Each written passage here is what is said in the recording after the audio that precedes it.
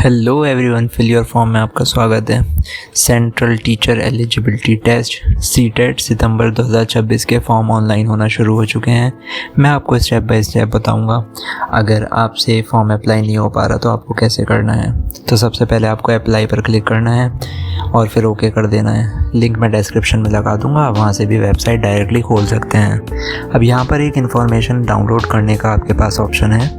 अगर आप इसे डाउनलोड करेंगे तो आपके सामने पेजेस होंगे।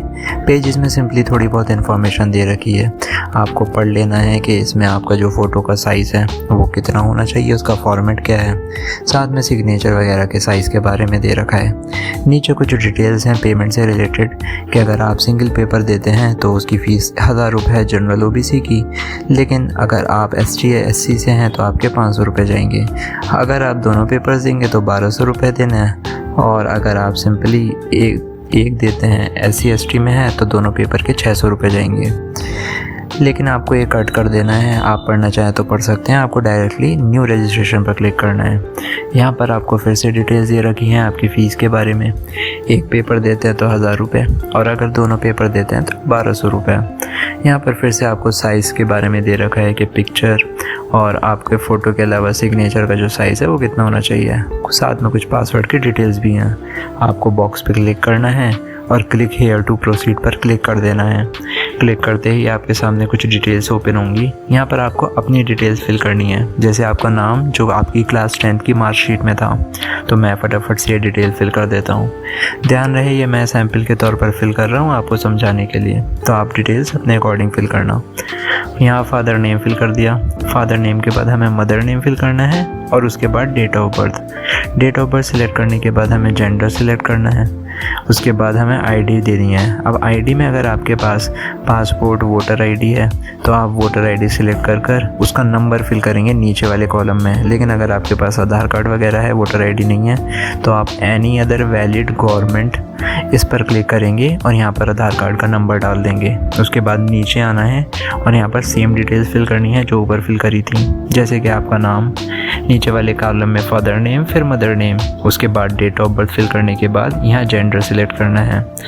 उसके बाद नीचे वाले में हमें अपने एड्रेस देना है। यहाँ पर आप अपना हाउस नंबर फिल करेंगे। सब लोकेलिटी वाला ऑप्शन ऑप्शनल है तो आप इसे छोड़ सकते हैं। यहाँ पर आपको अपने एरिया का नाम डालना है। फिर उसके बाद लोकेलिटी के बाद आपको अपनी कंट्री सिलेक्ट करनी है। स्टेट में आप अपना स्टेट फिल करेंगे। उसके बाद हमें डिस्ट्रिक्ट और पिन कोड डालना है, तो स्टेट सिलेक्ट कर लेते हैं। इसके बाद डिस्ट्रिक्ट फिल करेंगे। डिस्ट्रिक्ट फिल होने के बाद यहाँ पर आपको अपना पिन कोड डालना है आपके डिस्ट्रिक्ट का। यहाँ पर हमें अपना ईमेल एड्रेस डालना है, जो भी आपकी ईमेल आईडी हो वो 2 बार फिल करनी है। फिर मोबाइल नंबर भी उसी तरह आपको 2 बार फिल करना है। और नीचे वाला लैंडलाइन वाला ऑप्शनल है तो अगेन वो आप छोड़ सकते हैं। ध्यान रहे डिटेल संभाल कर फिल करिएगा, क्योंकि इसका OTP आपके पास आएगा जिसे आपको फिल करना होगा। यहाँ पर आप सेम एज परमानेंट एड्रेस पे क्लिक करना, तो जो एड्रेस आपने ऊपर फिल करा था वही नीचे आ जाएगा। मैंने फिल नहीं करा था ऊपर, तो यहाँ पर एड्रेस नहीं आ रहा। यहाँ पर हमें पासवर्ड बनाना है। पासवर्ड बहुत संभाल कर बनाइएगा, उसमें अल्फ़ाबेट्स भी होने चाहिए, ABCD वगैरह, एक लेटर कैपिटल बाकी लेटर स्मॉल। उसके बाद आपके कुछ नंबर्स होने चाहिए जैसे 1 2 3 4, और साथ में एक स्पेशल कैरेक्टर होना चाहिए जैसे कि @ एंड या हैशटैग। अब ये फिल करने के लिए मैं आपको बताऊं, जैसे कि आप जिस डिस्ट्रिक्ट से हैं, मान लीजिए अलीगढ़ से हैं, तो उसमें A कैपिटल रखकर बाकी के लेटर्स को स्मॉल में लिखना। उसके बाद @ लगाकर कोई से भी 3-4 नंबर डाल देना, आपका पासवर्ड बन जाएगा। पासवर्ड डालने के बाद आपको उसे कंफर्म कर देना है, यानी दोबारा से वही पासवर्ड नीचे वाले कॉलम में भी फिल करना है जो आपने ऊपर फिल किया था। फिर आप क्वेश्चन सिलेक्ट करेंगे। क्वेश्चन आप कोई भी सिलेक्ट कर सकते हैं, जैसे आपकी फेवरेट बुक, फेवरेट स्पोर्ट, या आपकी date of place of birth जहाँ पैदा हुए थे। आंसर फिल करेंगे। ये ध्यान रहे ये आंसर आपको फ्यूचर में ध्यान रखना है कि अगर आपका भी लॉगिन करने में प्रॉब्लम हो तो आंसर डालकर आप लॉगिन कर सकते हैं। फाइनली अब हम यहाँ पर कैप्चा फिल करेंगे। कैप्चा फिल करने के बाद हमें यह सबमिट कर देना है। तो मैं डिटेल्स फटाफट फिल कर देता हूँ, उसके बाद नेक्स्ट पेज पे मिलेंगे। नेक्स्ट पेज में हमें कुछ नहीं करना, यहाँ पे ये डिटेल्स पहले से फिल हुई हुई मिलेंगी। लेफ़्ट साइड पे जो मैंने रेड कलर से मार्क करा है, आपको बस ये बॉक्स टिक करने हैं। जैसे ही आप इस पर टैप करेंगे मोबाइल में या फिर कंप्यूटर पर हैं तो माउस से क्लिक कर देंगे तो ये ग्रीन कलर के कुछ इस तरीके से बॉक्स बन जाएंगे। स्टार्टिंग में ये वाइट होते हैं, लास्ट में स्क्रॉल डाउन करके इस पर भी आपको टैप करना है या क्लिक करना है और फिर सबमिट कर देना है। नेक्स्ट पेज खुलेगा, उसमें भी आपको कोई डिटेल नहीं भरनी है, पहले से भरी हुई आएगी। मोबाइल का OTP आएगा, वो मोबाइल का OTP फिल करके सबमिट कर देंगे। अब हमारे सामने रजिस्ट्रेशन कंप्लीट हो चुका है। तो जैसे ही मोबाइल OTP डाला है, एप्लीकेशन कंप्लीट हो गया। अब हमें आगे फर्दर इस एप्लीकेशन फॉर्म को भरना है। रजिस्ट्रेशन हमारा कंप्लीट हो चुका है। तो एप्लीकेशन फॉर्म भरने के लिए फिलअप पर क्लिक करेंगे। यहाँ पर हम पर्सनल डिटेल्स पर क्लिक करेंगे। पर्सनल डिटेल पर क्लिक करने के बाद कुछ डिटेल्स पहले से फिल हुई आएंगी जो हम पहले फिल कर चुके हैं। यहाँ पर हमें जो बची हुई डिटेल्स हैं वो फिल करनी है। तो ये डिटेल्स आपको फिल कर लेनी है। अगर आप OBC से हैं तो कैटेगरी में OBC सिलेक्ट करें और उसके बाद अपनी कैटेगरी को कंफर्म कर लें। लेकिन अगर आप जनरल से हैं तो आप सिंपली जनरल क्लिक करेंगे दोनों ऑप्शंस में। यहाँ पर आपको बताना है कि आप फिज़िकली डिसेबल हैं या नहीं। अगर आप नहीं हैं तो नो क्लिक करना, लेकिन अगर आप दिव्यांग हैं तो येस क्लिक कर आपको बताना होगा कि आपके अंदर कौन सी दिव्यांगता है। आपको सुनने में कोई परेशानी है या फिर आपको चलने में परेशानी है, अपने अकॉर्डिंग ऑप्शन सेलेक्ट करना है। उसके बाद लास्ट वाले कॉलम में आपको स्क्राइब के बारे में बताना है कि आपको पेपर देने के लिए किसी पर्सन की हेल्प चाहिए या नहीं। तो अगर आप डिसेबल्ड नहीं हैं तो ऊपर डिसेबिलिटी में नो कर देना। नीचे वाले ऑप्शंस में हमें कुछ भी फिल नहीं करना होगा। हालांकि स्क्राइब वाले ऑप्शन में आपको नो ही करना है अगर आपको कोई पर्सन नहीं चाहिए हेल्प के लिए। ये स्क्राइब उन लोगों को मिलते हैं जो दिव्यांग होते हैं। तो इसमें नो फिल करने के बाद एम्प्लॉयमेंट स्टेटस बताना है कि आप अभी जॉब नहीं करते या फिर एज अ टीचर जॉब करते हैं कहीं पर। तो नॉट एम्प्लॉय पर क्लिक कर देते हैं। इसके बाद हमें अपना कैप्चा फिल करना है।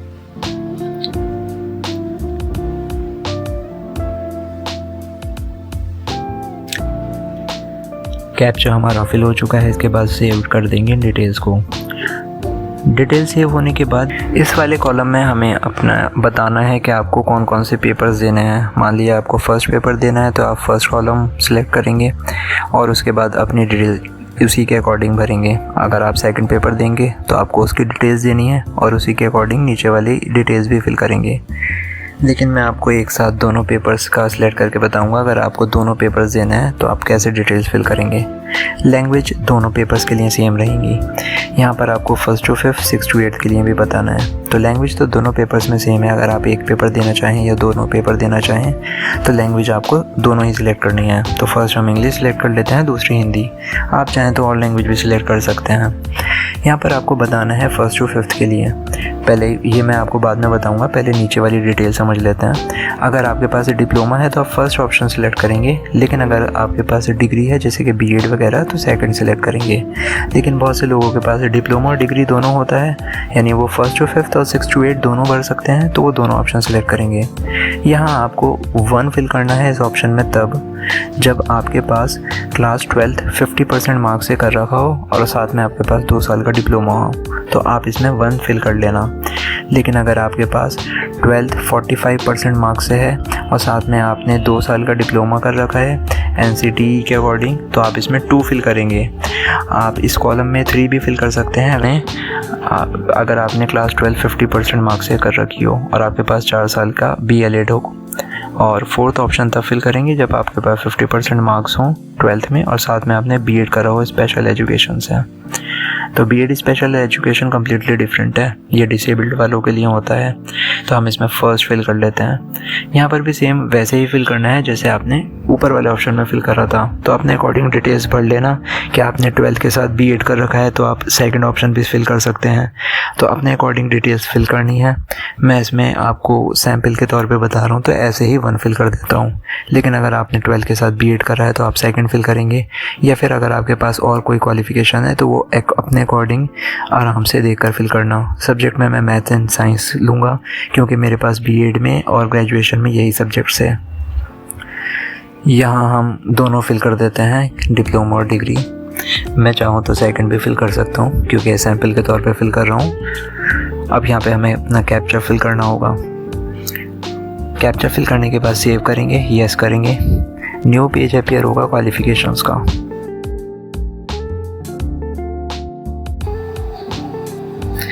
इस वाले पेज पर हमें बताना है कि हमने जो डिग्री हमें मिल रखी है जैसे कि बीएड वगैरह, तो हम पास हैं या अपेयरिंग में हैं। अपेयरिंग मतलब अगर आप अभी भी बीएड कर रहे हैं, आपका कंप्लीट नहीं हुआ, तो आपको अपेयरिंग फिल करने के बाद बताना है कि कौन से ईयर में अभी आप हैं और या फिर कौन से ईयर में आप पास आउट होंगे। लेकिन अगर आप पास हैं तो आप सिंपली पास पे सिलेक्ट करने के बाद अपना ईयर सिलेक्ट कर लें कि आप कौन से ईयर में बीएड या बीटीसी जो भी आपकी डिग्री है वो आप ले चुके हैं। उसके बाद आपको अपना कोर्स सिलेक्ट करना है, तो कोर्स सिलेक्ट कर लिया है।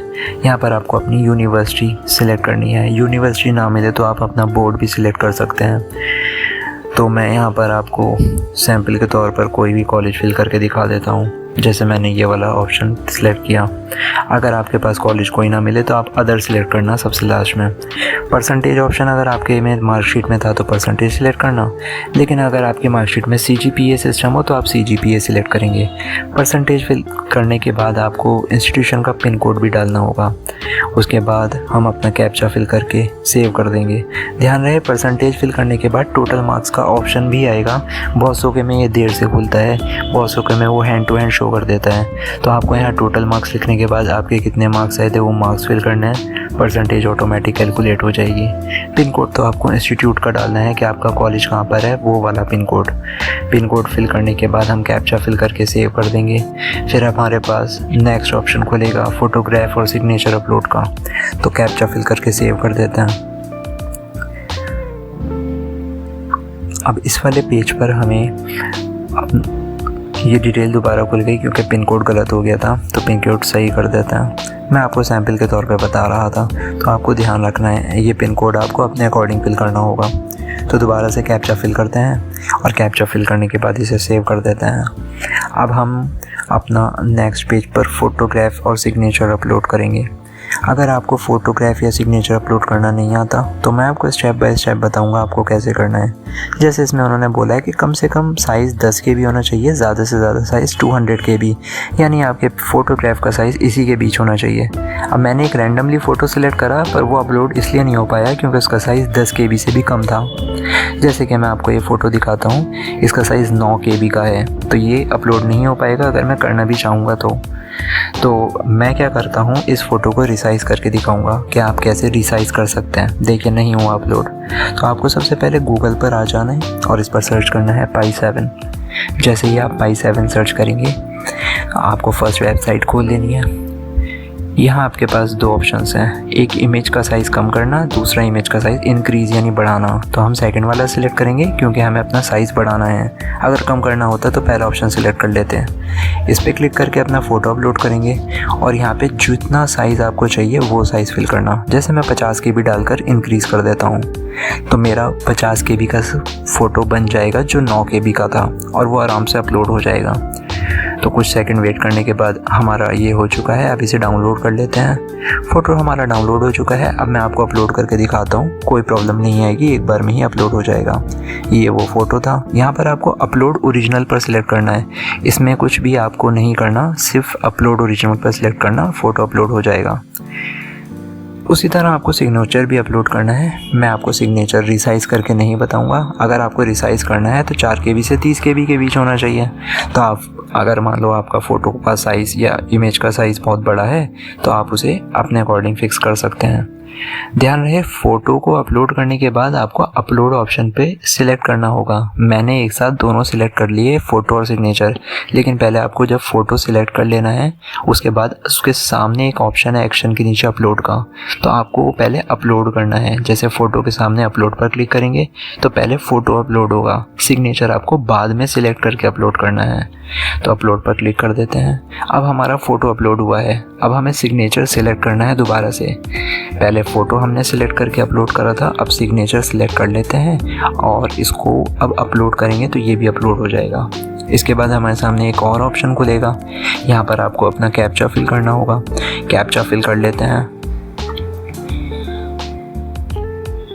कैप्चा हमारा फिल हो चुका है। कैप्चा फिल करने के बाद हमें सेव एंड नेक्स्ट पर क्लिक करके यस करना है। यहाँ पर हमें फाइनली सबमिट करना है। ध्यान रहे हमने मोबाइल का OTP तो पहले ही डाल दिया था, लेकिन हमारा ईमेल का OTP नहीं डाला था, वो हम लास्ट में डालेंगे पेमेंट के टाइम। यहाँ पर आपको स्क्रॉल डाउन करना है, सारी डिटेल्स पढ़ लेनी है और डिटेल्स पढ़ने के बाद ये जो बॉक्सेस हैं इनको टिक कर देना है। स्क्रॉल डाउन करके और नीचे आएंगे, यहाँ पर जितने भी बॉक्सेस दिख रहे हैं उन सबको आपको ऐसे ही सिलेक्ट कर आई एग्री पर क्लिक करना है और सबमिट कर देना है। सबमिट होने के बाद लास्ट स्टेप बचता है पेमेंट का, पर पेमेंट से पहले वो कह रहे हैं कि हमारा ईमेल जो था उसका OTP नहीं पड़ा था, तो वो ईमेल का OTP हमें फिल करना है और 1200 रुपये की फ़ीस काटनी है, क्योंकि हमने दोनों पेपर सेलेक्ट करे थे। तो ईमेल पर सिलेक्ट करते हैं, तो यहाँ पर ईमेल हमने पहले ही फिल करा था लेकिन उसका OTP नहीं डाला था, तो पहले हम कैप्चा डालते हैं और कैप्चा डालने के बाद गेट OTP यानी OTP हमें चाहिए, तो इस वाले ऑप्शन को सिलेक्ट करेंगे। तो जैसे ही गेट OTP पर फिल करेंगे, सिलेक्ट करेंगे, तो एक OTP ईमेल पर आएगा। वो ईमेल पर आपको अपना OTP देख लेना है, देखने के बाद वो OTP फिल कर देना है। OTP फिल करने के बाद हम वेरीफाई कर देंगे। अब हम वेरीफाई करते हैं, हो चुका है हमारा ईमेल वेरीफाई। अब बस पेमेंट रह गई है, तो पे एग्जामिनेशन फ़ी पर जाएंगे, ऑनलाइन पेमेंट सिलेक्ट कर प्रोसीड फॉर पेमेंट पर क्लिक करके ओके कर देंगे। यहाँ पर हमें पेमेंट काटनी है, तो ये ऑप्शन सिलेक्ट करना है। ये ऑप्शन एनी डेबिट कार्ड का सिलेक्ट कर प्रोसीड पेमेंट पे क्लिक करेंगे। यहाँ पर आपके पास मल्टीपल ऑप्शंस होंगे पेमेंट के, जैसे कि आप कार्ड से करना चाहते हैं तो कार्ड से कर सकते हैं, नेट बैंकिंग से करना चाहें तो नेट बैंकिंग का यूज़ कर सकते हैं, लेकिन अगर आप UPI यूज़ करते हैं तो UPI में शो QR कर ये QR अपने मोबाइल से स्कैन करना पेटीएम फ़ोनपे से, और स्कैन करने के बाद आपका जो पेमेंट है वो पूरा हो जाएगा। उम्मीद करता हूँ आपको समझ में आ गया होगा आपको फॉर्म कैसे फिल करना है। वीडियो अच्छी लगी हो तो इसे लाइक करें, सब्सक्राइब करें चैनल को।